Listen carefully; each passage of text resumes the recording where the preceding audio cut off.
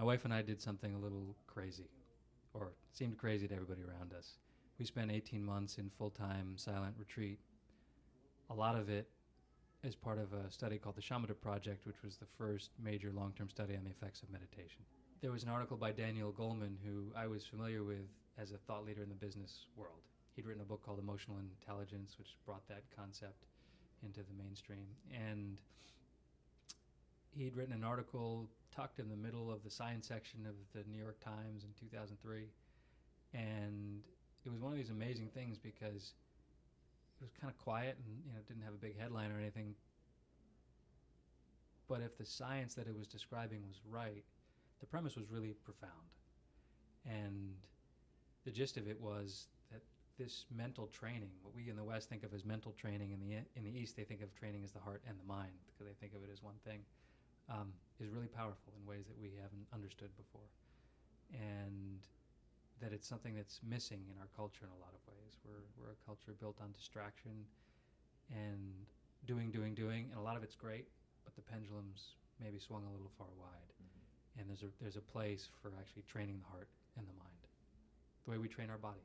Yeah. One thing I couldn't cover in my talk was the design of the study. I had it in my initial draft, but it was just too much, and so there was a request to cut it out. But it wasn't just that my wife and I were part of this 3-month study. They actually separated us into 2 different groups, which was particularly hard. And so my wife was in the first cohort that was in full-time retreat, going through all the tests. I was in the control group, and we were flown out every few weeks to where they were to go through the same tests, but we were living our normal, busy life. And then the first retreat finished, and then the second group, a few months later, went into the same retreat that the first group had been. Okay. In other words, my group was sort of controlled both to the first group and also to ourselves when we were in the retreat later. And so it was the first time a study had been done like this for meditation, kind of at this level of rigor. One of the things that's been so amazing for us is seeing how this body of science has been building. 15, 20 years ago, this was fringe research. It was largely scorned by the mainstream, but it's really become the mainstream. It's coming out of the top universities and the top peer-reviewed journals, and the findings are pretty amazing. For example, a couple decades ago, it was understood that when you were an adult, the cells you had in your brain were kind of all you had. And if anything, over time, some of them effectively atrophy. And what they're actually seeing now is that through these practices, you can actually change the physiological structure of the brain in ways that correlate with the benefits that they're seeing. So, for example, parts of the brain that normally effectively weaken as you get older actually grow and improve through these practices.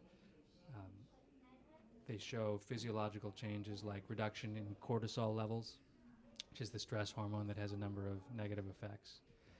And one of the studies actually in our project included a woman who just won the Nobel Prize in biology, and she was able to show that the dynamics of cellular aging actually change in the meditators in ways that suggest a slowdown in cellular aging. She's the one who discovered this dynamic of cellular aging through something called telomerase years ago, and she'd been looking for years for an intervention to try to slow down aging through medical means, had never found one until this study. And it's also, the science is also showing improvements in the immune system, literally improvements in immune response to the flu virus, improved healing times, and so forth. Mm-hmm. So it's gone far beyond the idea of simply stress reduction. Happily now we have twin daughters, and I have a really interesting job, and we have a busy life. So part of what I wanted to talk about was how to take what we learned effectively on the mountain and bring it into ordinary, engaged life as we do. I think that's really the important thing.